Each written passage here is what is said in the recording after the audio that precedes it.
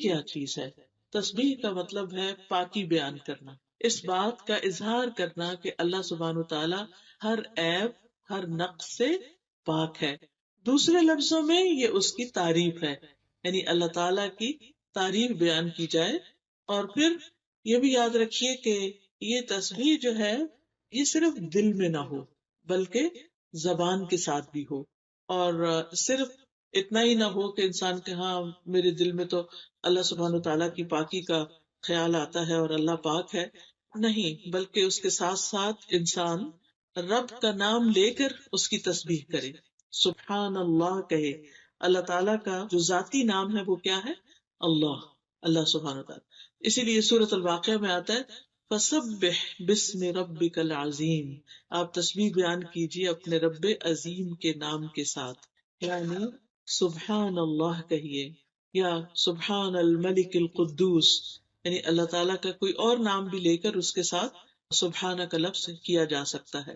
کیونکہ انسان جب اپنی زبان سے اللہ سبحانہ تعالیٰ کا نام لیتا ہے تو پھر اس وقت جو اس کی کیفیت ہوتی ہے وہ کچھ اور ہی ہوتی ہے.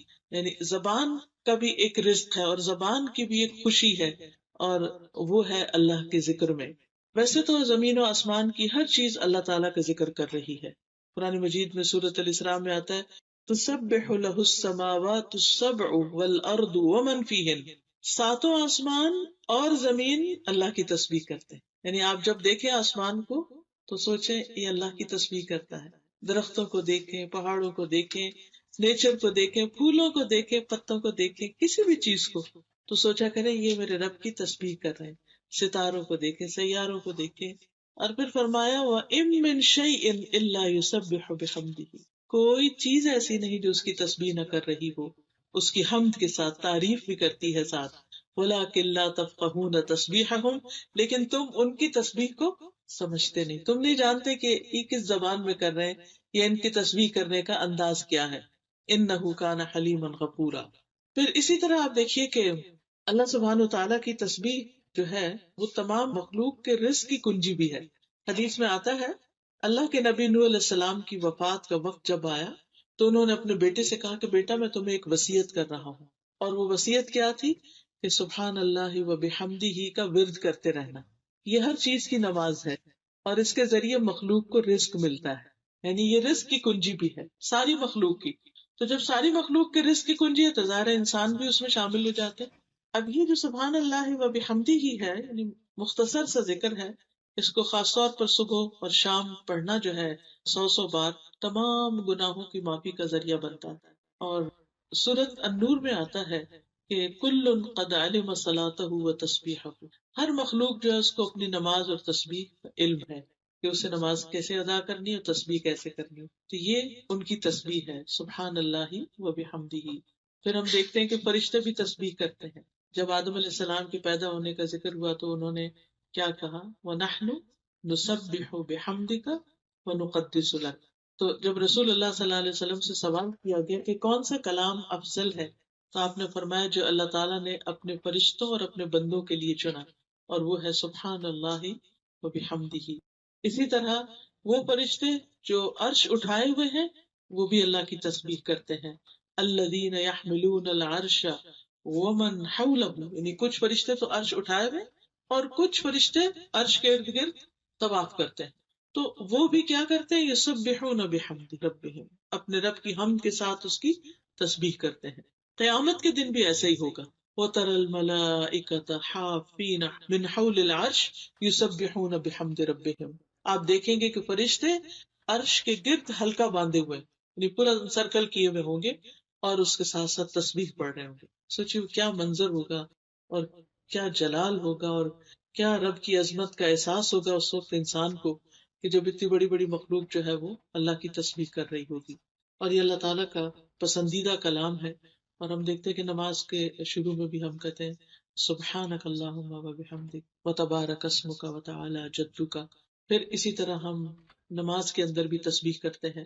رسول اللہ صلی اللہ علیہ وسلم نے فرمایا تم لوگ اللہ کی عظمت کا جو ذکر کرتے ہو یعنی تسبیح، تحلیل لا الہ الا اللہ اور تحمید یعنی الحمدللہ، جسے ہم ان سب کو ایک جملے میں اکٹھا کر لیتے ہیں نا سبحان اللہ والحمد للہ ولا الہ الا اللہ واللہ اکبر، فرمائے کہ تمہاری یہ کلمات عرش کے گرد چکر لگاتے ہیں. یعنی جب بندہ ان کلمات سے ذکر کرتا ہے تو یہ کلمات اوپر اٹھتے ہیں. قرآن مجید میں اس کا ذکر آتا ہے کہ والکلم الطیب یرفعہ، پاکیزہ کلمات جو ہے انسان کے اعمال کو بھی اوپر لے جاتے ہیں، اور انسان جو ہے وہ اللہ کا ذکر بھی کرتا ہے اور وہ بھی اوپر جاتے ہیں. فرمایا ان کلمات کی ایسی بنبناہٹ ہوتی ہے جیسے شہد کی مکھیوں کی بنبناہٹ.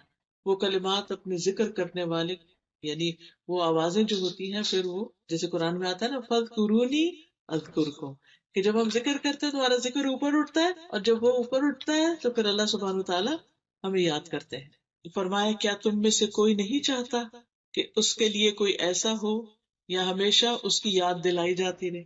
یعنی تم یہ نہیں چاہتے کہ تمہاری یاد ہر وقت دلائی جاتی رہے، اللہ کے ہاں تمہارا ذکر ہوتا رہے.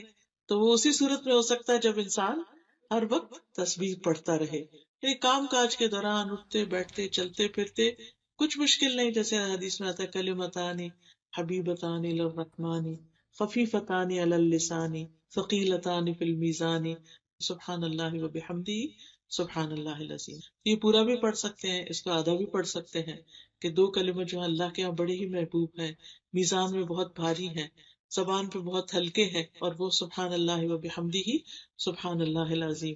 پھر اسی طرح یہ کلمات جو یہ تسبیح، یہ پریشانی اور خوف کو بھی دور کرنے والی. نبی صلی اللہ علیہ وسلم نے فرمایا جو شخص رات سے خوف کھائے، یعنی رات کا اندھیرا اس کو ڈرائے. بعض لوگ اکیلے رہتے ہیں، جو رات ہوتی ہے، یعنی جیسے موسم آتا ہے، سن لائٹ کم ہو جاتی، دن بہت چھوٹے ہوتے ہیں، تو عجیب طرح کا ڈپریشن بعض لوگوں کو ہونے لگتا ہے، یہ گھبراہٹ ہونے لگتی. فرمائے کہ جو رات سے خوف کھائے کہ وہ اسے پریشان کرے گی، یا مال خرچ کرنے سے بخل کرے، یا دشمن سے مقابلہ کرنے سے ڈرے، تو وہ اس قول کی کثرت کر دے سبحان اللہ و بحمدہ سبحان اللہ و بحمدہ، یعنی پڑھتا رہے، کیونکہ یہ اللہ کے نزدیک سونے کا پہاڑ اللہ کے راستے میں خرچ کرنے سے زیادہ محبوب ہے. اتنی ہم میں سے کس کے پاس سکت کہ وہ ایک پہاڑ اللہ کے راستے میں سونے کا صدقہ کرے. تو جب انسان اتنا نہیں کر سکتا تو پھر یہ تسبیح کرتا رہے تو یہ اس کے برابر ہوگی. پھر ہر روز انسان کے جسم پر صدقہ واجب ہوتا ہے. حدیث میں آتا ہے کہ ہر روز انسان جب صبح کرتا ہے تو اس کے 360 جوڑوں پر صدقہ واجب ہوتا ہے، اور ہر روز جان کا یہ صدقہ دینا ہوتا ہے انسان کو. تو لوگوں کا کہ ہمارے پاس تو اتنا مال نہیں کہ ہم اتنا صدقہ کر سکیں، تو اس پر آپ نے فرمایا کہ سبحان اللہ کہنا جو ہے یہ بھی صدقہ ہے، الحمد للہ کہنا بھی صدقہ ہے، لا الہ الا اللہ کہنا بھی صدقہ ہے، اللہ اکبر کہنا بھی صدقہ ہے، نیکی کا حکم دینا بھی صدقہ ہے، برائی سے روکنا بھی صدقہ ہے. تو یہ ساری چیزیں کیا ہیں؟ صدقہ بھی شمار ہوتی. پھر اسی طرح یہ کہ انسان کو نیکیاں ملتی ہیں، گناہ مٹتے ہیں، اور خاص طور پر یہ سبحان اللہ و بحمدہ دن میں اگر 100 بار انسان پڑھتا ہے تو اس کے گناہ معاف کر دیے جاتے ہیں، خواہ وہ سمندر کی جھاگ برابر ہی کیوں نہ ہو. پھر اسی طرح الحمد للہ کہنا میزان کو بھر دیتا ہے، اور سبحان اللہ الحمد للہ ملا کر کہا جائے زمین آسمان کے درمیان کی فضا بھر جاتی ہے. پھر اسی طرح صبح کے وقت خاص طور پر سبحان اللہ و بحمدہ عدد خلقہ ورضا نفسہ وزنۃ عرشہ ومداد کلماتہ، یہ اگر انسان 3 دفعہ پڑھتا ہے تو یہ بہت سے کلمات پر اور بہت سارے ذکر کے اوپر بھاری ہے. پھر اسی طرح تسبیحات جو ہیں یہ آگ سے بچاؤ کا ذریعہ بھی ہیں، یعنی آخرت میں، اور یہ جنت میں درخت لگانے کا ذریعہ بھی ہے تسبیحات. جو انسان تسبیح کرتا ہے اس کے لیے جنت میں کھجور کا درخت لگا دیا جاتا ہے. یاد رکھیے کہ جنت وہ گھر ہے کہ جس کی زمین اللہ نے سب کے حصے میں رکھی، سب بنو آدم کی، اور جہنم کی زمین سب کے لیے رکھی. کچھ لوگوں نے اپنی جنت کی زمین آباد کر لی اور کچھ نے اپنی جہنم کی کر لی. تو جیسے میں نے عرض کیا کہ جنت کے 100 درجے ہیں، اور پھر وہاں بھی انسان کے اعمال کے مطابق ہی ڈیکوریشن اور اس کی خوبصورتی اور اس کا حسن اور اس کے درجوں کی بلندی ہوگی. تو اس لیے انسان کو حریص ہونا چاہیے کہ اپنی زبان کو اللہ کے ذکر سے تر رکھے. اور پھر خاص طور پر اللہ تعالیٰ نے حکم بھی دیا ہے، اور خصوصاً صبح و شام کے اوقات میں، دن میں اگر بہت کام کاج ہو یا ایسی آپ نے مصروفیت ہو کہ جس میں آپ ٹریک نہیں رکھ سکتے، لیکن صبح اور شام میں ضرور انسان وقت نکالے، تھوڑی دیر بیٹھ کر اللہ کا ذکر کرے. اگر بیٹھا نہ جائے تو کام کاج کرتے ہوئے بھی کیا جا سکتا ہے، خاص طور پر جب سورج طلوع ہو رہا ہو. پھر اسی طرح نماز کے آغاز میں، رکوع اور سجدے میں آپ صلی اللہ علیہ وسلم نے سبحان ربی الاعلیٰ اسی آیت کے بعد بتایا تھا کہ سجدے میں یہ شامل کر لیا جائے. اور آپ دیکھیے کہ جب ہم سجدہ کرتے ہیں نا تو بالکل عاجزی کی ہماری کیفیت ہوتی ہے نا، کہ بالکل اللہ کے حضور جھکے ہوئے ہوتے ہیں، اور اس وقت ہم زبان سے کیا نکال رہے ہوتے ہیں؟ پاک ہے میرا رب جو بڑا ہی اعلیٰ ہے، میں تو بہت چھوٹی چیز ہوں، میں تو حقیر بندہ ہوں، اور اعلیٰ اور بلند اور بزرگ تو میرا رب ہی ہے۔ پھر نماز کے بعد ہم تسبیح کرتے ہیں، 33 بار سبحان اللہ، پھر 33 بار الحمد للہ۔ اگر 33 بار ناممکن ہو تو پھر کم از کم 10 بار انسان کر لے۔ پھر اسی طرح سوتے ہوئے کرنا پسندیدہ ہے۔ حضرت فاطمہ رضی اللہ تعالیٰ عنہا کو آپ نے یہ سکھائی تھی، کیونکہ وہ کام کاج کر کے تھک جاتی تھی، تو آپ نے ان کو بتایا کہ جب تم تھک جاؤ تو یہ تسبیحات پڑھ لو تو تمہاری تھکاوٹ دور ہو جائے گی۔ تو انسان واقعی جب رات کو لیٹتا ہے اور بعض اوقات نیند نہیں آتی ہے کچھ، آپ تسبیح پڑھنا شروع کر دیں تو آپ کے اوپر ایسی سکینت طاری ہوگی کہ آپ کو پتہ بھی نہیں چلے گا اور سو چکے ہوں گے۔ نبی صلی اللہ علیہ وسلم کے جو آخری الفاظ ہوتے تھے رات کو سوتے وقت تسبیح ہی کے ہوتے تھے۔ ربیہ کہتے ہیں کہ میں دن بھر رسول اللہ صلی اللہ علیہ وسلم کی خدمت کیا کرتا تھا، جب رات آتی تو آپ کے دروازے کے پاس سو جاتا، میں ہمیشہ سنتا کہ آپ یہ پڑھ رہے ہیں سبحان اللہ سبحان اللہ سبحان ربی۔ میں تھک جاتا، میری آنکھوں پہ نیند غالب آتی، لیکن آپ یہ تسبیح پڑھ رہے ہوتے تھے۔ اس لیے یہ پتہ چلتا ہے کہ جب باقی اذکار وغیرہ اور قرآن کی کچھ صورتیں، سورۃ ملک وغیرہ یہ انسان پڑھ لیتا ہے تو پھر سوتے ہوئے آخری جو کلمات اس کے منہ سے نکلنے چاہیے، سبحان اللہ سبحان اللہ سبحان اللہ، یہ سبحان اللہ و بحمدہ، یہ سبحان ربی، جیسے بھی ہو۔ اسی طرح رسول اللہ صلی اللہ علیہ وسلم جب قرآن پڑھتے تھے تو جب کوئی خوف والی جہنم والی آیت آتی تو اللہ کی پناہ مانگتے، رحمت والی آیت آتی تو اللہ کی رحمت مانگتے، اور جب ایسی آیت سے گزرتے جس میں اللہ کی تسبیح بیان کی گئی تو آپ بھی سبحان اللہ کہتے۔ خاص طور پر آپ دیکھیں مسبحات جو ہیں، آخری پاروں میں جو صورتیں ہیں جس میں سبح للہ ما فی السماوات و ما فی الارض ریپیٹیڈلی آتا ہے، تو جب آپ پڑھیں تو رک کے آپ بھی اس وقت تسبیح کریں سبحان ربی الاعلیٰ یا سبحان اللہ۔ اسی طرح بجلی کی کڑک سن کر، اور ویسے بغیر موقع کے بھی انسان اس کو پڑھ سکتا ہے، کیونکہ انسان کی رنج، غم، دکھ، پریشانیاں، رزق کی تنگی، ان سب چیزوں کا ایک طرح سے علاج ہے۔ تو فرمایا سبح اسم ربک الاعلی، کون ہے تمہارا رب؟ الذی خلق فسوی، جس نے پیدا کیا اور پھر درست بنایا، یعنی انسان کو اس طرح اس کو ہموار بنایا کہ اگر یہ اوپر کی سکن نہ ہوتی اور یہ پیڈنگ نہ ہوتی ہماری تو پھر ہر انسان کے لیے دوسرے کو چپتی ہی رہتی، اور انسان انسان کے لیے دیکھنے میں بھی تکلیف دہ ہوتا اور ساتھ رہنے کے اعتبار سے، یعنی ہم جو لائف کو اتنا انجوائے کر رہے ہیں یہ اس وجہ سے کہ اللہ سبحانہ وتعالیٰ نے بالکل پرفیکٹ درست بنایا اور بہت اسموتھ بنایا۔ والذی قدر فہدی، وہ جس نے اندازہ ٹھہرایا، تقدیر مقرر کی، پھر ہدایت بخشی۔ والذی اخرج المرعى، جس نے چارہ اگایا، یعنی صرف انسان کے لیے نہیں بلکہ ساری مخلوقات کے لیے رزق پیدا کیا۔ تو نبی صلی اللہ علیہ وسلم کو خطاب ہے سنقرئک فلا تنسى۔ ہوتا یہ تھا کہ آپ صلی اللہ علیہ وسلم پر جب وحی نازل ہوتی تو آپ کو یاد رکھنی ہوتی تھی، تو آپ کو فکر ہو جاتی تھی کہ پتہ نہیں مجھے یاد رہے گی یا نہیں، تو وہ سننے کے ساتھ ساتھ پڑھنے لگتے۔ تو اللہ تعالیٰ نے فرمایا کہ نہیں، جب ہم پڑھ رہے ہوں یعنی فرشتہ آپ کو سنا رہا ہو تو اس وقت آپ خاموشی اختیار کر کے صرف سننے پر فوکس کریں۔ اسی لیے جب کبھی آپ کو امام کے ساتھ نماز پڑھنے کی کسی مسجد وغیرہ میں کبھی تراویح یا کہیں موقع ملے تو خاموشی سے پیچھے سے قرات سننی چاہیے، کیونکہ ہوتا یہ جیسے بہت سے لوگوں کو سورت یاسین یاد ہوتی ہے، یہ سورت الملک، تو جو ہی امام تراویح پڑھتے پڑھتے اس سورت پہ آتا ہے سارے لوگ پیچھے پڑھنا شروع کر دیتے ہیں، تو اس سے امام کی نماز میں خلل ہو سکتا ہے۔ تو چاہے ہمیں آتا ہو یا نہ آتا ہو، جب امام قرات کر رہا ہو تو ہمارا فرض ہے کہ ہم اس قرات کو سنیں۔ الا ما شاء اللہ انہ یعلم الجہر وما یخفی، مگر جو اللہ چاہے ہم ضرور آپ کو پڑھائیں گے، پھر آپ نہیں بھولیں گے، یعنی آپ بے فکر ہو جائیں۔ اللہ سبحانہ وتعالیٰ نے جو ذمہ داری آپ پر ڈالی ہے لوگوں تک یہ کلام پہنچانے کی، تو پھر وہی آپ کی حفاظت کرے گا اور آپ کو یہ سکھا دے گا۔ پھر ہے وَنُيَسِّرُكَ لِلْيُسْرَىٰ، ہم آپ کے لیے آسانی پیدا کریں گے، یعنی ہم آپ کی آسانی کی طرف رہنمائی کریں گے۔ اب زندگی میں انسان پر مشکلات بھی آتی لیکن اس کے ساتھ ساتھ آسانی بھی ہوتی ہے۔ قرآن مجید میں آتا ہے ان مع العسر یسرا، تنگی کے ساتھ آسانی بھی ہے۔ لیکن یہ آسانی کب ہوتی؟ مشکلات میں آسانیاں کب ہوتی؟ غم جھیلنا آسان کب ہوتے ہیں؟ تکلیفیں برداشت کرنا آسان کب ہوتا ہے؟ وہ اس وقت ہوتا ہے جب انسان کے اندر کچھ کوالٹیز ہوتی ہیں، کچھ چیزیں اختیار کرتا ہے۔ نمبر 1، نمبر 1 تقویٰ، سورۃ الطلاق میں اللہ تعالیٰ فرماتے ہیں وَمَن يَتَّقِ اللَّهَ يَجْعَل لَّهُ مِنْ أَمْرِهِ يُسْرًا، جو شخص اللہ سے ڈرے گا تو اللہ تعالیٰ اس کے کام میں آسانی پیدا کر دے گا۔ سورۃ اللیل میں آتا ہے فَأَمَّا مَنْ أَعْطَى وَاتَّقَى وَصَدَّقَ بِالْحُسْنَى فَسَنُيَسِّرُهُ لِلْيُسْرَى، تو جس نے مال خرچ کیا، دیا اور تقوی اختیار کیا اور نیکی کی باتوں کی، بھلائی کی باتوں کی تصدیق کی، تو ہم اسے آسان راستے پر چلنے کی سہولت دیں گے، یعنی اس کے لیے ہم آسانیاں پیدا کر دیں گے۔ اسی طرح جو شخص کسی دوسرے کے لیے آسانی پیدا کرتا ہے اللہ تعالیٰ اس کے لیے آسانیاں کر دیتے ہیں۔ ایک شخص تھا بنی اسرائیل میں، وہ لوگوں کو قرض دیا کرتا تھا، اور اس نے اپنے غلام کو کہہ رکھا تھا کہ اگر کوئی شخص آئے اور نہ ادا کر سکے تو اس پہ سختی نہیں کرنا، اس کو ڈیل دے دینا، مہلت دے دینا، اور اگر کوئی ایسا جو دے ہی نہیں سکتا واپس تو اس کو معاف کر دینا۔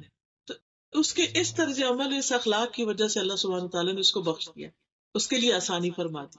اور ویسے بھی حدیث ہے، نبی صلی اللہ علیہ وسلم نے فرمایا جس نے کسی مومن سے دنیا کی تکلیفوں میں سے کسی تکلیف کو دور کیا، اللہ تعالیٰ اس سے قیامت کے دن کی تکلیفوں میں سے کسی تکلیف کو دور کر دے گا۔ اس اعتبار سے میں دیکھتی ہوں کہ ڈاکٹرز کا پیشہ جو ہے یہ بہت ہی اجر و ثواب والا ہے، اور بہت اس اعتبار سے فائدے والا ہے کہ وہ دوسروں کے دکھ درد دور کرنے کا ذریعہ بنتے ہیں۔ اس میں محنت ہوتی ہے، مشقت ہوتی ہے، اور بعض اوقات اس محنت کی وجہ سے اور اس تکلیف اور اپنے آپ کو تکانے کی وجہ سے پریشان بھی ہو جاتا ہے، لیکن اگر انسان اپنی نیت یہ رکھے اپنے کام پر جاتے ہوئے کہ میں جا رہا ہوں تاکہ اللہ میرے ذریعے لوگوں کے دکھ درد دور کرے، تو انشاءاللہ اللہ سبحانہ وتعالیٰ اس نیت کی وجہ سے، ٹھیک ہے وہ اس کی جاب ہے، وہ اس کا کام ہے، لیکن نیت کے بغیر ہے، اس میں بھی فائدہ ہے، اور وہ فائدہ کیا ہے؟ دنیا کا فائدہ۔ لیکن جب انسان اس نیت سے جاتا ہے کہ میں دوسروں کا دکھ دور کروں، تو آپ دیکھیے کہ اس کے کام کی کوالٹی بھی بڑھ جائے گی، وہ کام کر کے چاہے وہ تھکا ہو، اس کے اندر ایک خوشی کا بھی احساس ہوگا کہ میں نے کسی کا دکھ دور کیا، اور پھر اجر ہی اجر ہے، اور اللہ سبحانہ وتعالیٰ اس کے بدلے اس انسان کے دکھ دور کرے گا۔ اور پھر جس نے کسی تنگ دست پہ آسانی کی، اللہ اس پر دنیا اور آخرت میں آسانی کرے گا۔ اور یہ تنگی بعض اوقات ایسا بھی ہوتا ہے نا کہ جیسے کوئی ہمارے ساتھ بیٹھا ہے تو وہ بےچارا صحیح سے بیٹھ نہیں پا رہا، ہم تھوڑا سا سمٹ جائیں، ہم تھوڑی سی جگہ بنا دیں اس کے لیے۔ کوئی بزرگ ہے اپنی چیز اٹھا نہیں سکتا، اس کی چیز اٹھا لیں۔ کوئی کسی طرح، بعض لوگ خود کھا نہیں سکتے، آپ بزرگ ہو جاتے ہیں ان کو فیڈ کر رہے ہیں، بچوں کی آپ مدد کر رہے ہیں، کسی بھی اعتبار سے۔ تو اپنے گھر کے کام کاج میں بھی اگر آپ لگے ہوئے ہیں تو ان کو خوشی سے کیجئے کہ میں ان کی تکلیف دور کر رہی ہوں، اللہ تعالیٰ میری تکلیف کو دور کرے گا۔ اور جس نے کسی مسلمان کی پردہ پوشی کی، اللہ تعالیٰ اس کی دنیا اور آخرت میں پردہ پوشی کرے گا۔ اللہ تعالیٰ اس وقت تک بندے کی مدد میں ہوتے ہیں جب تک بندہ اپنے بھائی کی مدد میں لگا ہوا ہوتا ہے۔ جو کسی کی مدد کرتا رہتا ہے اللہ تعالیٰ کی طرف سے اس کے لیے مدد آتی ہے۔ اور پھر انسان کو دعا بھی کرنی چاہیے آسانیوں کے لیے۔ جیسے موسیٰ علیہ السلام پر جب نبوت کا بار ڈالا گیا تو انہوں نے کیا کہا؟ قال رب اشرح لی صدری ویسر لی امری، اللہ میرا سینہ کھول دے اور میرا کام آسان کر دے۔ اور یہ سینہ کھولنے کا مطلب صرف یہ نہیں ہوتا کہ ہمارا حافظہ اچھا ہو جائے، اس کا مطلب یہ ہوتا ہے کہ ہمارا دل بڑا ہو جائے، یعنی یہ جو دل کی گھٹن اور تنگی اور بخل، یہ چیزیں ختم ہو جائیں۔ تو وہ جب دل کھلتا ہے نا اور دل میں وسعت آتی، تو انسان لوگوں کی بڑی بڑی باتوں کو معاف کر دیتا ہے، انسان دوسروں کی جگہ اپنے آپ کو رکھ کے دیکھتا ہے، انسان کی سوچ میں بھی وسعت آتی ہے، اور چھوٹی چھوٹی چیزیں اس کو پریشان نہیں کرتی۔ تو یہ دعا صرف اس وقت نہیں پڑھنی چاہیے جب ہم کوئی لیکچر دے رہے ہوں یا ہم صرف کوئی کتاب پڑھ رہے ہوں یا کوئی ایگزام ہو یا بچوں کو بتائیں، بلکہ عام زندگی میں بھی اس کو پڑھنا چاہیے کہ اللہ تعالیٰ میرا سینہ وسیع کر دے۔ یعنی جب دل بڑا ہوتا ہے نا تو انسان دوسروں کے دکھ درد بھی سن لیتا ہے، ان کے ساتھ ہمدردی بھی کر لیتا ہے، اور ان کی بہت سی زیادتیوں کو بھی، وہ اتنا بڑا ہے کہ بس پھینکتے جاؤ، اندر پھینکتے جاؤ جیسے کوئی چیز گم ہو جائے، نظر ہی نہ آئے۔ تو ایسا شخص اپنے دل پہ کوئی چیز ایسی نہیں رکھتا کہ جو اس کے لیے یا دوسروں کے لیے پھر تکلیف کا باعث ہو۔ پھر فَسَنُيَسِّرُكَ لِلْيُسْرَىٰ فَذَكِّرْ إِن نَّفَعَتِ الذِّكْرَىٰ سَيَذَّكَّرُ مَن يَخْشَىٰ وَيَتَجَنَّبُهَا الْأَشْقَىٰ۔ آپ نصیحت کیجئے اگر نصیحت فائدہ دے۔ نبی صلی اللہ علیہ وسلم کو خطاب ہے کہ اگر لوگ سننا چاہیں، قبول کریں، تو آپ ان کو بتائیے، کیونکہ سورۃ الذاریات میں آتا ہے وَذَكِّرْ فَإِنَّ الذِّكْرَىٰ تنفع المؤمنین۔ آپ نصیحت کرتے رہیے کیونکہ نصیحت مومنوں کو فائدہ دیتی ہے۔ اور آپ نے دیکھا ہوگا کہ بعض اوقات ہم جیسے اپنے ہی بچوں کو کوئی بات کہتے ہیں تو اس وقت وہ لگتا ہے انہوں نے سنی نہیں یا وہ سننا نہیں چاہ رہے، لیکن اگر ہم نہ کہیں ان کو تو اس کو بھی وہ مس کرتے ہیں، اور اس کا ہمیں اندازہ نہیں ہوتا. ایک دفعہ ایسے میں نے غصے میں آ کے اپنے بیٹے سے کہا کہ اب میں اس کے بعد تمہیں نہیں کہوں گی، تو اس نے کہا نہیں نہیں آپ مجھے کہتی رہیں گی، کیپ ٹیلنگ می. تو اس سے مجھے احساس ہوا کہ ہاں ہمیں فیڈ اپ نہیں ہونا چاہیے، چاہے لینے والا بہت ریسپٹیو نہ بھی ہو یا توجہ نہ کرے یا ہوں کر کے لگے جیسے سنا کچھ نہیں. تو ہم نے دیکھو کہ ہم سب کے ساتھ بھی ایسا ہے نا کہ جب ہم چھوٹے تھے تو ہمارے ماں باپ ہمیں کئی باتیں کہتے تھے جو ہمیں سمجھ نہیں آتی تھی، اور اس وقت ان کا فائدہ نہیں ہوا یا ہم نے اٹھایا نہیں ان باتوں سے. لیکن بڑے ہو کے پھر ہمیں یاد فلاں موقع پر مجھے یہ نصیحت کی گئی تھی، فلاں موقع پر یہ بات کہی گئی تھی. تو وہ زندگی میں کہیں نہ کہیں کسی نہ کسی موقع پر فائدہ دیتی ہے. اس لیے اگر آپ کے پاس کوئی بھی اچھی بات ہے کسی کو بتانے کے لیے تو اس کو بتاتے رہیے. ہو سکتا ہے اس وقت وہ شخص ویلیو نہ کرے لیکن بعد میں اس کو سمجھ آ جائے. رسول اللہ صلی اللہ علیہ وسلم نے فرمایا مومن اس حال میں پیدا کیا گیا ہے کہ وہ آزمائش میں مبتلا ہونے والا، توبہ کرنے والا، بھولنے والا ہوتا ہے، لیکن جب اسے نصیحت کی جاتی ہے تو قبول کر لیتا ہے، مان جاتا ہے. پھر اسی طرح نبی صلی اللہ علیہ وسلم کو یہ بھی حکم دیا گیا تھا فَذَكِّرْ بِالْقُرْآنِ مَن يَخَافُ وَعِيدِ، قرآن کے ساتھ اس شخص کو نصیحت کیجیے جو میرے عذاب سے ڈرتا. نصیحت کس کو فائدہ نہیں دیتی؟ عموماً اس کو جس کا دل غافل ہو یا جو اس سے منہ موڑ جائے یا جو اس کا انکار کرے. عبداللہ بن مسعود کہتے ہیں کہ رسول اللہ صلی اللہ علیہ وسلم نے فرمایا اللہ تعالیٰ کو سب سے زیادہ ناپسندیدہ بات یہ لگتی ہے کہ ایک آدمی دوسرے سے کہے کہ اللہ سے ڈرو اور وہ آگے سے جواب دے کہ تم اپنی فکر کرو. یہ جملہ جو ہے اللہ تعالیٰ کو سخت ناپسند ہے. کبھی ہمیں غصہ آ جاتا ہے نا کہ کوئی ہمیں کچھ کہہ رہا ہو تو ہم کہتے ہیں بس ٹھیک ہے، مائنڈ یور اون بزنس، ہمیں زیادہ باتیں کرنے کی ضرورت نہیں. تو یہ بات اللہ تعالیٰ کو پسند ہے، چاہے ہمیں اس وقت نہ بھی اچھے ہو، اریٹیٹ ہی ہو رہے ہو کسی کی باتوں سے، لیکن صبر کر جانا چاہیے. کیونکہ کچھ چیزیں ایسی ہیں جن کو قبول نہ کرنے کا نتیجہ بہت ہولناک اور خطرناک، جیسے رسولوں کی باتیں، ایمان لانے کی بات، یا جو بنیادی فرائض کی ادائیگی کی بات ہے. فرمایا کہ جو بدبخت ہوگا وہ منہ موڑ جائے گا اور وہ پھر بہت بڑی آگ میں جا پڑے گا. یعنی اشارہ ہے جہنم کی آگ کی طرف جس کا ایندھن انسان اور پتھر ہوں گے. ایک حدیث سے صرف اندازہ لگائیے کہ وہ کتنی ہولناک آگ ہے. نبی صلی اللہ علیہ وسلم نے فرمایا کہ اگر اس مسجد میں 1,00,000 یا زیادہ افراد بیٹھے ہوئے ہوں اور ان میں ایک جہنمی آدمی ہو اور وہ سانس لے لے اور اس کی سانس سب تک پہنچے تو اس سانس کے اثر سے مسجد لوگوں سمیت جل جائے.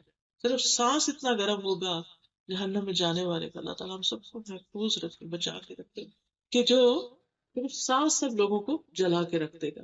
اور پھر آپ دیکھیے کہ وہ آگ اوپر بھی اور نیچے بھی اور آگے بھی اور پیچھے بھی اور دائیں بھی اور بائیں بھی، ہر طرف. اور جب وہ ہلکی ہونے لگے گی تو اس کو اور زیادہ بھڑکا دیا جائے. کلما خبت زدناہم سعیرا. اور پھر وہاں موت نہیں آئے گی. دنیا میں تو یہ ہوتا نا جب کوئی تکلیف حد سے بڑھ جاتی ہے تو انسان کے اندر برداشت کی قوت نہیں رہتی، وہ ختم ہو جاتا ہے. لیکن وہاں پر برداشت کی قوت بھی اتنی دے دی جائے گی اور انسان نہ مرے گا اس میں اور نہ جیے گا.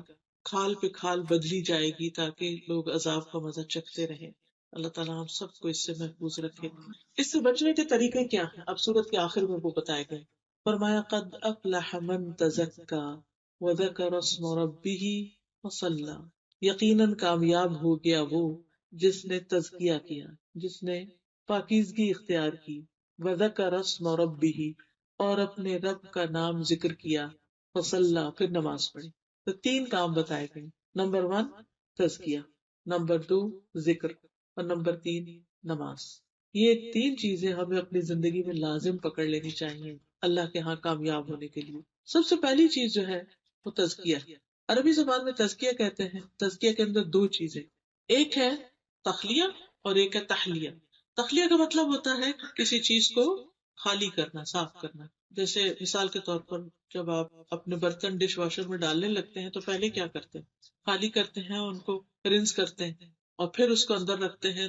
تو پھر اس میں آپ سوپ وغیرہ ڈالتے ہیں جو بھی، اور وہ پھر اس کو دھوتا ہے اور وہ چمکا دیتے ہیں، صاف ستھرے ہو جاتے ہیں. تو یہی تزکیہ کا عمل ہے کہ انسان اپنے نفس کا تزکیہ 2 طریقوں سے کرے. نمبر 1 کہ اس کے اندر جو بھی کوئی ال فیلنگز ہیں کسی کے لیے، یا شیطانی وسوسے ہیں، یا اللہ کے بارے میں ایمان یا توکل میں کمی ہے، تو وہ ان چیزوں کو باہر نکالے، اس شک کو اور شہوات اور شبہات اور خواہشات کو.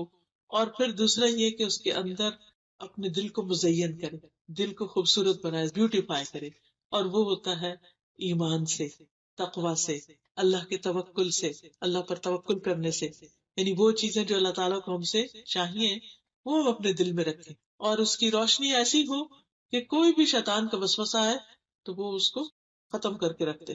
تو یہ تزکیہ کا عمل جو ہے یہ انسان زندگی بھر جاری رکھتا ہے۔ تزکیہ دل کا بھی ہوتا ہے، تزکیہ زبان کا بھی ہوتا ہے کہ زبان سے انسان ایسے الفاظ اور ایسے باتیں کرنا چھوڑ دے کہ جو دوسروں کے لیے تکلیف اور اذیت کا باعث ہو۔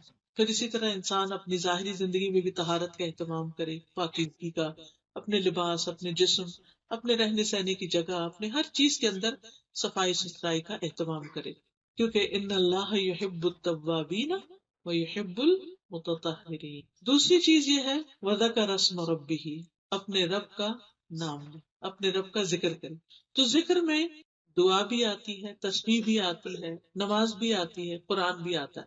سب سے پہلی چیز تو دعا ہے، چھوٹی چھوٹی چیز جو ہے اس میں انسان اللہ سبحانہ تعالیٰ کی طرف رجوع کرے اور اللہ کی طرف راغب ہو، اور اس سے دعا کرے کہ یا اللہ تو میرا تزکیہ کر دے، تو مجھے پاک کر دے، تو مجھے اپنے محبوب بندوں میں شامل کر لے۔ پھر اسی طرح اس میں ذکر اور تزکیہ دونوں میں پھر کیا آتا ہے کہ انسان جو عمل بھی کرے چھپا کے کرے، یعنی ریاکاری سے بچے۔ امام غزالی کی کتاب احیاء علوم الدین میں وہ فضال بن ایاز کا ایک کوٹیشن لکھتے ہیں کہ جدید دور کی ریاکاری، یا دیکھیے کہ وہ 1000 سال پہلے کی بات ہے، اس وقت کہتے ہیں جدید دور کی ریاکاری، کہتے ہیں پہلے لوگ تو ان کاموں کو دکھاتے تھے، شو آف کرتے تھے جو انہوں نے کیے ہوتے تھے، اور اب کے دور میں لوگ ان چیزوں کا شو آف کرتے جو انہوں نے کیا نہیں ہوتا۔ تو ان کا اگر آج امام غزالی ہوں تو وہ کیا کہیں کہ تو اس میں آپ دیکھیے کہ یہ چیز تزکیے کے منافی ہے کہ انسان اول تو یہ کہ کچھ کرنے میں سستی کرے، اور اگر تھوڑا بہت کرے تو اس کا اشتہار بہت دے، اور پھر ان چیزوں کو بھی اپنے ذمہ لے لے، اپنے آپ کو کریڈٹ دے ان چیزوں کا جو اس نے سرے سے کیا ہی نہیں۔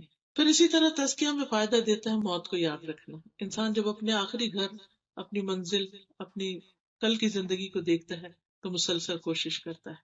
آج کل آپ سب دیکھ رہے ہوں گے ہر طرف سوشل میڈیا کے اوپر جنید جمشید کی لائف کے اوپر چھوٹے چھوٹے ویڈیو کلپس، اس کے بیان، اس کی مختلف چیزیں، اس کی تصویریں، اس کی پہلی تصویریں، اس کے بعد کی تصویریں۔ تو آج ہی صبح میری بیٹی نے کوشچن مجھے لکھا کہ ماما وائی پیپل لو ہم سو مچ، اور اتنا زیادہ اس کا ہر کوئی رو رہا ہے۔ پاکستان سے لکھا اس نے مجھے کہ ہر کوئی رو رہا ہے، کیا وجہ؟ میں نے کہا بیٹا دیکھو کہ اس نے دنیا میں انسان جو ڈریم کرتا ہے نا، نیم ہو، فیم ہو، اس کے پاس سب کچھ ہو، اتنا کچھ اس کے پاس تھا، اس نے وہ سب چھوڑ کے اپنی آخرت کے لیے ایک ٹوٹلی اپوزٹ لائف سٹائل اختیار کر لیا، اور اتنا بڑا چینج آسان نہیں ہوتا۔ آپ دیکھیے ہمیں چھوٹی سی بھی اپنی عادت بدلنی ہو یہ بہت مشکل ہوتا ہے، اور پھر آپ دیکھیے کہ اس کے دن رات اسی میں گزر رہے تھے۔ آخری اس کا آپ دیکھیں جمعہ کا خطبہ دیکھیں، اس کی نماز دیکھیں، آخری ٹویٹ دیکھیں، آخری بات دیکھیں، یعنی اور پھر کچھ ریسنٹلی کلپس میں نے دیکھے تو موت کا ایک جگہ ذکر کر رہا ہے کوئی، تو میں سوچتی ہوں کہ ایک عام انسان بھی کرتا ہے تو اس کی بات بھی اثر کرتی ہے، مگر ایک ایسا شخص جب کرتا ہے تو پھر اللہ سبحانہ تعالیٰ جب کسی سے محبت کرتا ہے تو جبریل کو فرماتے ہیں کہ میں اس بندے سے محبت کرتا ہوں، تم بھی محبت کرو۔ تو بہرحال انسان تزکیہ تبھی کر سکتا ہے جب وہ موت کو یاد رکھتا ہے۔ میرے پاس جو کچھ بھی وہ سبھی چھوڑ جانا ہے، تو کیوں نہ انسان اپنے ہاتھ سے دے، کیوں نہ انسان ایسی چیزوں کو چھوڑ دے جو اس کی آخرت کے لیے نقصان دہ ہے۔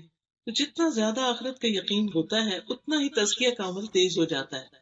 پھر اسی طرح جتنی زیادہ اللہ تعالیٰ سے محبت ہوتی ہے، معرفت ہوتی ہے، اتنا ہی تزکیہ زیادہ ہوتا جاتا ہے۔ تو اللہ کے نام کا ورد جو ہے وہ بھی تزکیہ میں مدد دیتا ہے۔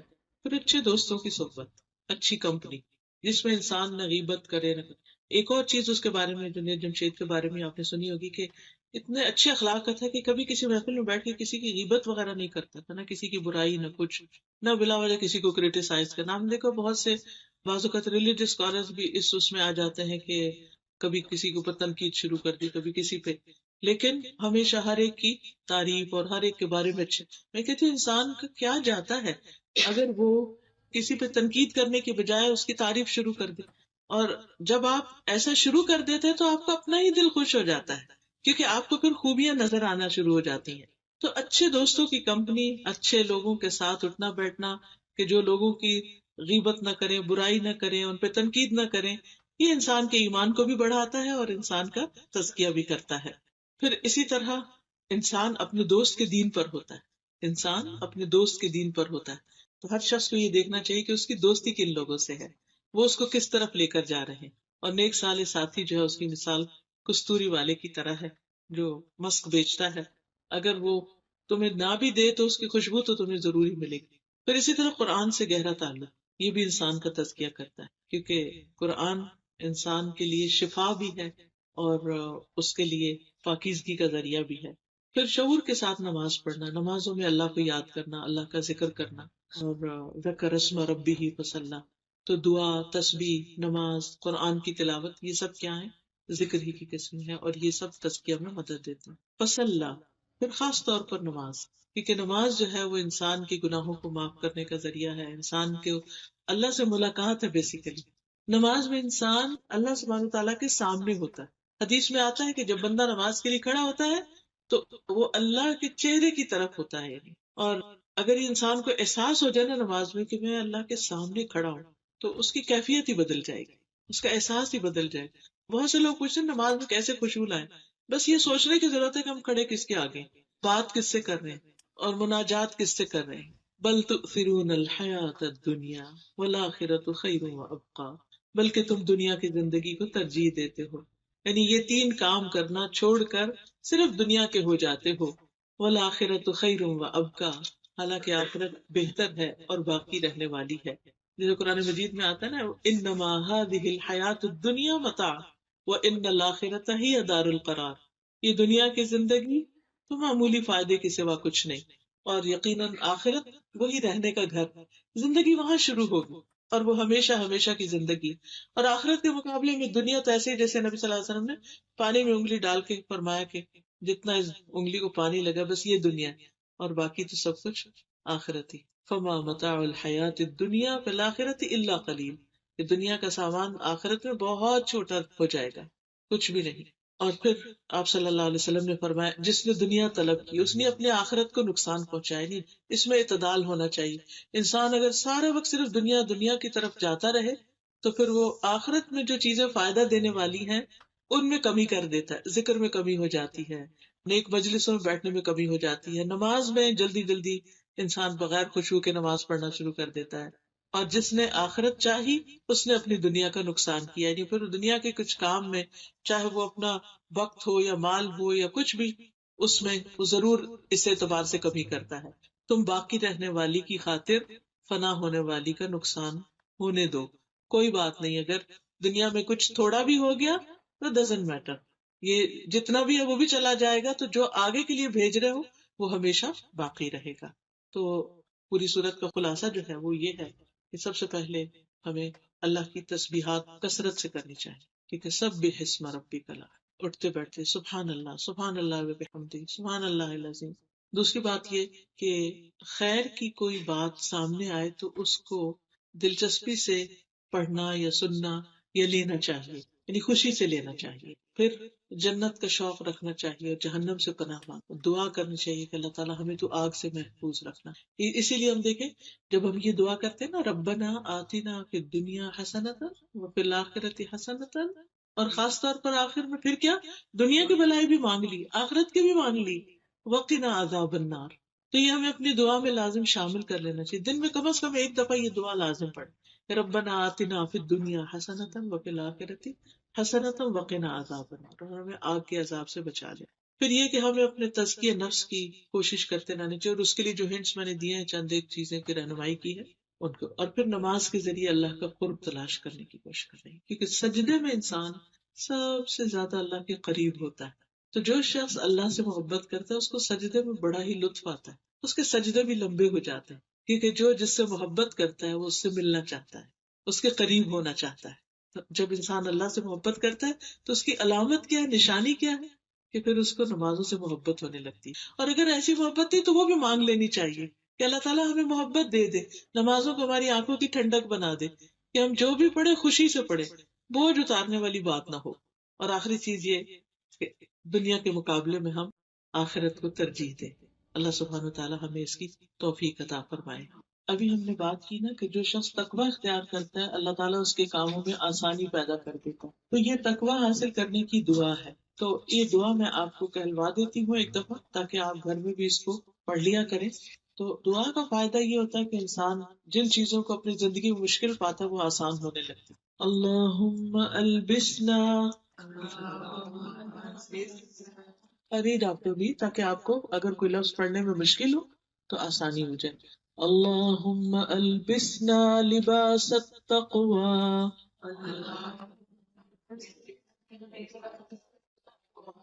اللہم البسنا لباس التقوی والزمنا کلمۃ التقوی وجعلنا من اولی النہی وأمتنا حين ترضى وأدخلنا جنة المأوى واجعلنا ممن بر واتقى وصدق بالحسنى ونهى النفس عن الهوى واجعلنا ممن تيسره لليسرى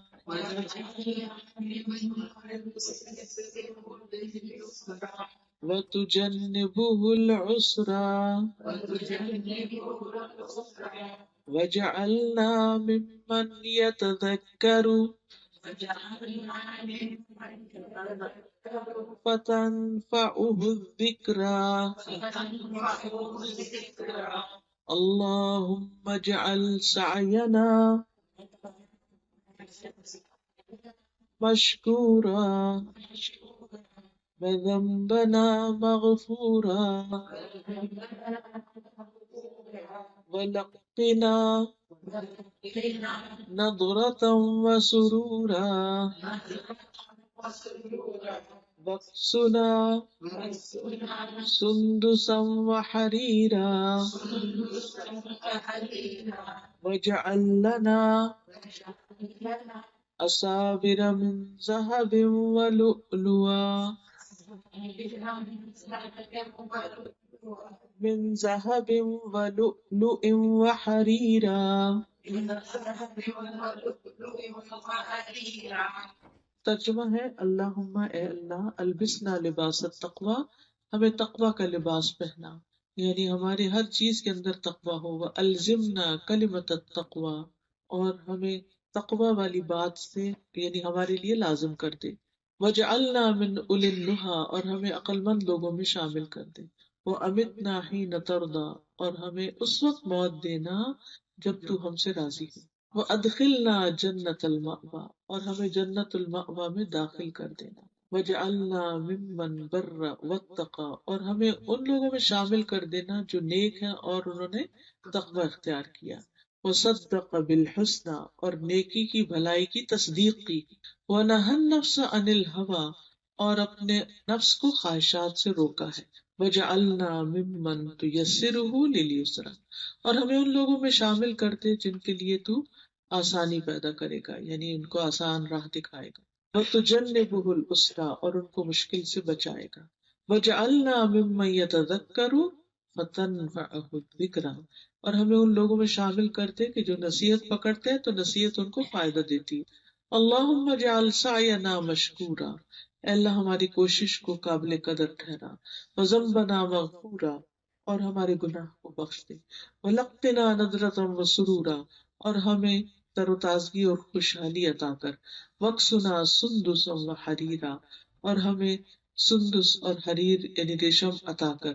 وجعل لنا اساور من ذهب ولؤلؤ وحریرا، اور ہمارے لیے کنگن سونے اور موتی کے اور ریشم کا لباس بنا دے، یہ آخرت میں انشاءاللہ. اور اس سے پیچھے ہے اللہم انی اسألک الہدی والتقی والعفاف والغنی، اے اللہ میں تجھے سوال کرتی ہوں ہدایت کا، تقوی کا، پاکیزگی اور نا بے نیازی کا۔ اللہم آتی نفسی تقواہا وزکہا انت خیر من زکاہا انت ولیہا و مولاہا۔ اے اللہ میرے نفس کو تقوی عطا کر اور اسے پاک کر دے، تو بہترین ہے جو پاک کر سکتا ہے اس کو، تو ہی اس کا ولی اور مولا ہے۔ سبحان اللہ والحمد للہ ولا الہ الا اللہ واللہ اکبر ولا حول ولا قوة الا باللہ العلی العظیم۔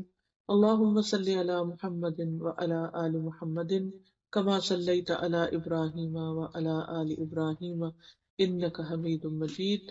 اللہم بارک علی محمد وعلی آل محمد کما بارکت علی ابراہیم وعلی آل ابراہیم انک حمید مجید۔ ربنا آتنا فی الدنیا حسنۃ وفی الآخرۃ حسنۃ وقنا عذاب النار۔ ربنا لا تزغ قلوبنا بعد إذ هديتنا وهب لنا من لدنك رحمة إنك أنت الوهاب۔ ربنا هب لنا من أزواجنا وذرياتنا قرة أعين واجعلنا للمتقين إماما۔ یا حی یا قیوم برحمتک استغیث۔ یا اللہ پاک جو کچھ ہم نے پڑھا ہے ہمیں اس پر عمل کی توفیق عطا فرما۔ اللہ ہمارے سینوں کو کھول دے، ہمیں حق کی بات، اپنی بات، نصیحت کی بات فائدہ عطا کرے۔ یا اللہ ہمارے ایمان کو محفوظ رکھنا، ہمارے بچوں کو ایمان پر قائم رکھنا۔ یا اللہ جن بچوں کی ابھی شادی نہیں ہوئی اور شادی کی عمر میں ہے ان کو بہترین رشتے عطا فرما۔ یا اللہ جو اپنے رزق کی طرف سے پریشان ان کی پریشانی دور فرما۔ یا رب العالمین اس گھر پر اپنی خیر و برکت نازل فرما، ان کو صحت اور عافیت عطا فرما۔ اللہ جتنی بھی بہنیں آئی ہیں سب کا آنا قبول فرما اور سب کو صحت و عافیت سے نواز۔ یا رب العالمین یا ارحم الراحمین جو فوت ہو گئے ہیں ان کی بخشش فرما دے۔ اللہم اغفر لہ وارحمہ وعافہ واعف عنہ واکرم نزلہ ووسع مدخلہ واغسلہ بالماء والثلج والبرد ونقه من الخطايا كما ينقى الثوب الأبيض من الدنس۔ اللهم أبدله دارا خيرا من داره وأهلا خيرا من أهله وزوجا خيرا من زوجه۔ اللهم أدخله الجنة وأعيذه من عذاب القبر ومن عذاب النار۔ ربنا تقبل منا إنك أنت السميع العليم وتب علينا إنك أنت التواب الرحيم۔ وصلى الله تعالى على خير خلقه محمد وعلى آلہ وأصحابہ وأہل بیتہ اجمعین برحمتک یا ارحم الراحمین۔ الہی آمین۔ سبحانک اللہم وبحمدک اشہد ان لا الہ الا انت استغفرک واتوب الیک۔